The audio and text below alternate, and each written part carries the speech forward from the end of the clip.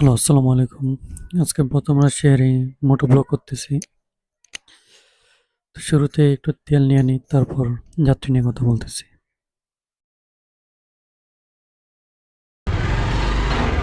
300 টাকা। 300।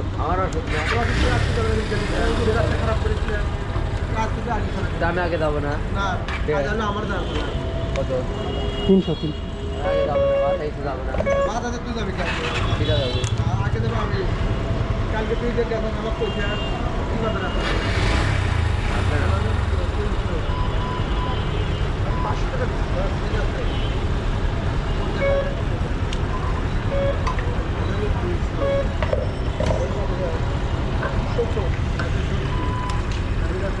একটু সাইড দিয়ে।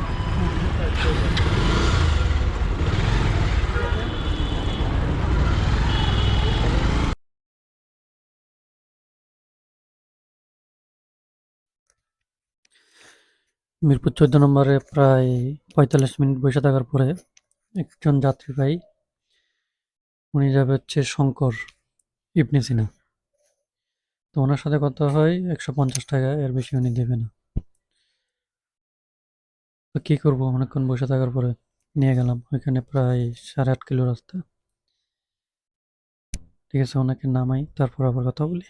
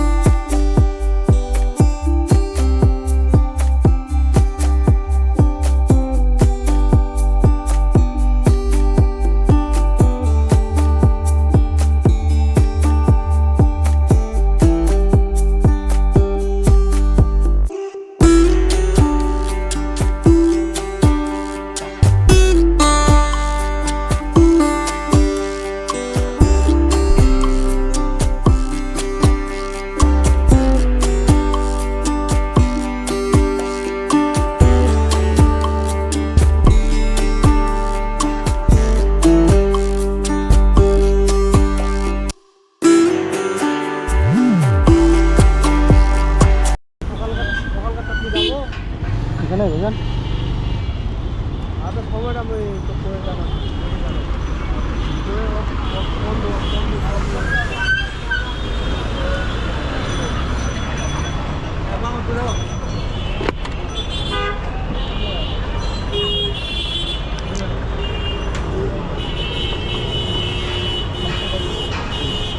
মানছি নাই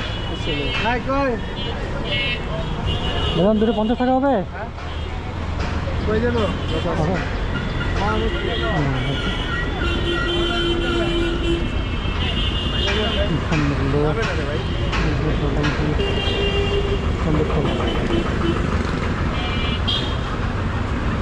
পরবর্তী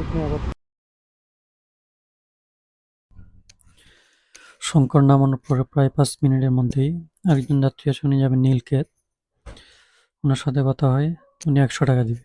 এখানে 3 থেকে 3.5 কিলোমিটার রাস্তা। যেহেতু সাথে সাথে পেয়ে গেছি, ওনাকে আর ছাড়ি নাই, ওনাকে নিয়ে আবার নীলক্ষেতের দিকে রওনা দিলাম। তো নীলক্ষেত যায় আবার কথা বলি।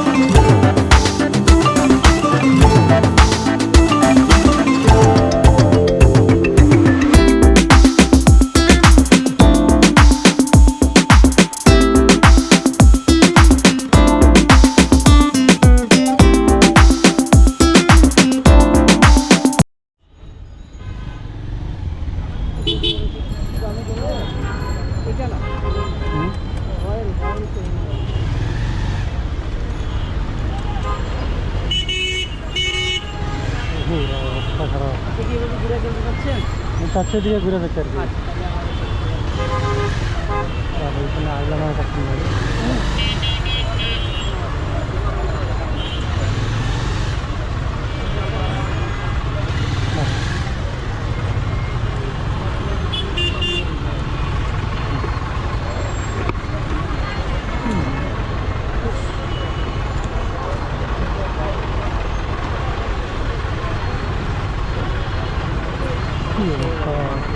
এখান থেকে বাড়িতে বাড়িতে খবর হয়ে যাবে। সুন্দর হলো, দ্বিতীয় তৃতীয় কমপ্লিট করলাম। এখন এখান থেকে বাড়িতে বলতে হলো।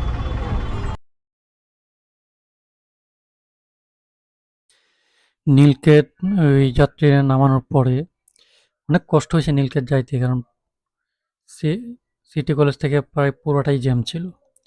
নামানোর পরে দেখলাম যে অনেক গ্যাদারিং, তো পুলিশও অনেক ডিস্টার্ব করতেছিল। তো এখান থেকে চলে আসি সিটি কলেজের সামনে। আবার সিটি কলেজে প্রায় আধা ঘন্টা বসে থাকার পরে আরেকজন যাত্রী ভাই, উনি আসবে মিরপুর 1 নম্বর। তো ওনার সাথে কথা বলার পরে উনি 150 টাকার বেশি দিবে না। তারপরে বললাম যে কিছু টাকা বাড়াই দিতে। তো উনি 160 টাকা রাজি হয়। তো ওনাকে নিয়ে ওর মিরপুর 1 নম্বরের দিকে রওনা দিলাম 160 টাকা দিয়ে। তো ওনাকে নামাইয়া তারপর আবার কথা বলি। সিটি কলেজ থেকে মিরপুর 1 নম্বরে প্রায় 8.5 কিলো রাস্তা ছিল। তো আপনার সাথে থাকুন, দেখতে থাকুন।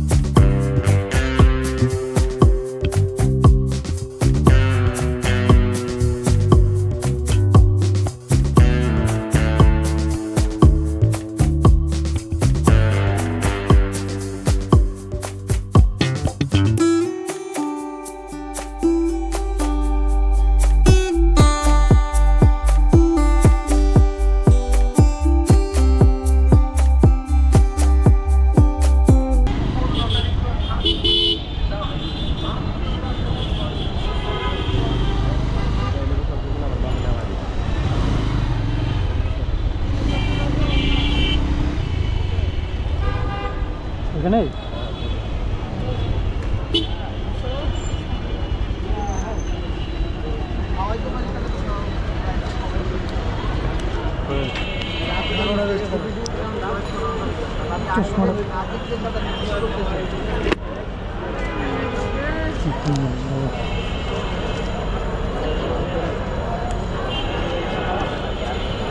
আর 200 টাকা হবে না?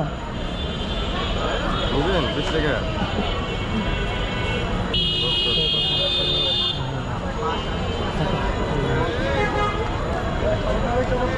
আলহামদুলিল্লাহ। বিদেশ পক্ষ থেকে বলছিলাম রাজিও ছিল, আমার একটা নাম হচ্ছে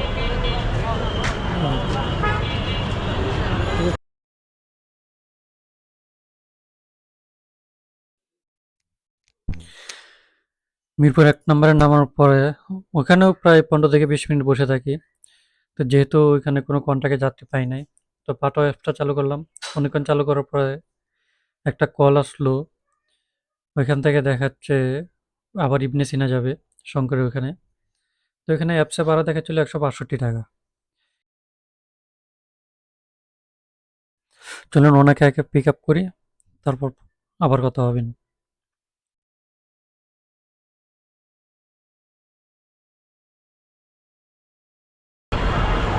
হ্যালো ভাই, আমি কাচ্চি ভাইয়ের সামনে আছি।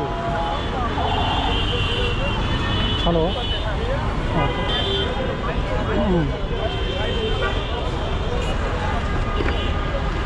লোকের পাশে দাঁড়ায় ছিল শঙ্কর ইবনে সিনার সামনে। না তো সেটা কেন তাই তো বলি এত আসছে এখন তো শঙ্কর ইবনে সিনা দেখাচ্ছে। শঙ্করী পেছনে অনেক আগে নামবো ভাই দৃশ্যটা নেই হ্যালো, জাস্ট একটু কারেকশন করুন।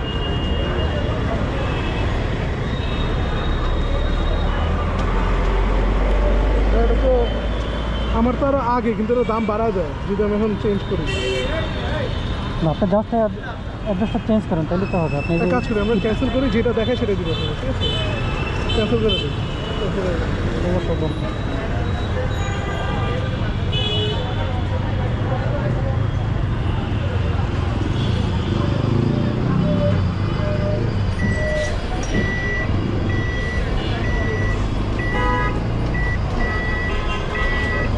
নিরানব্বই আসে আমি 120 দিব ঠিক আছে কোথায় জায়গাটা দেখেছি? সেটা তেরো জায়গাটা ১৩ নম্বর না, ৯৯ টাকা দেখাচ্ছে। হ্যাঁ হ্যাঁ হ্যাঁ তো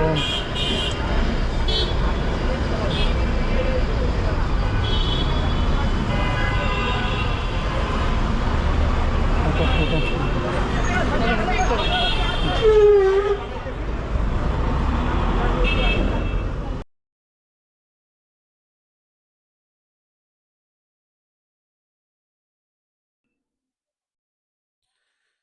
মজার বিষয় হচ্ছে ওই যাত্রীকে পিক আপ করার পর উনি বলতেছে যে উনি শঙ্কর যাবে না, উনি যাবে সেকেটেক।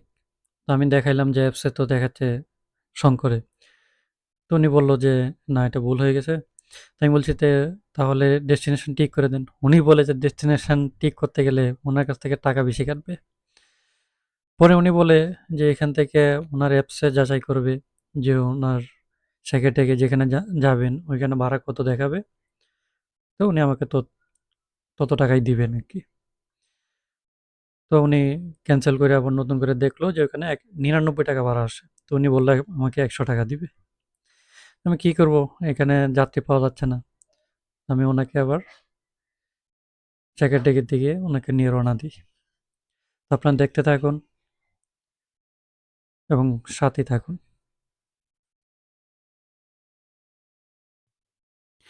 ওখানে রাস্তা ছিল প্রায় ৩.৫ কিলোমিটার।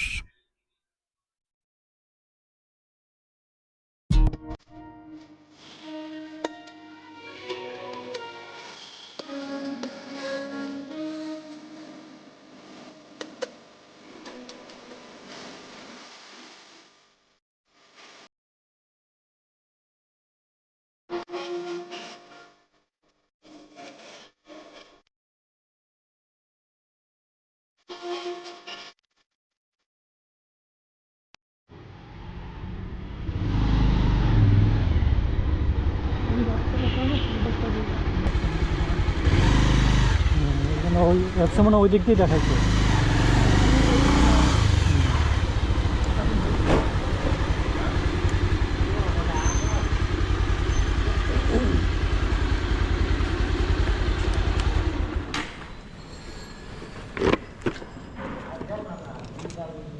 ওয়ালাইকুম আসসালাম।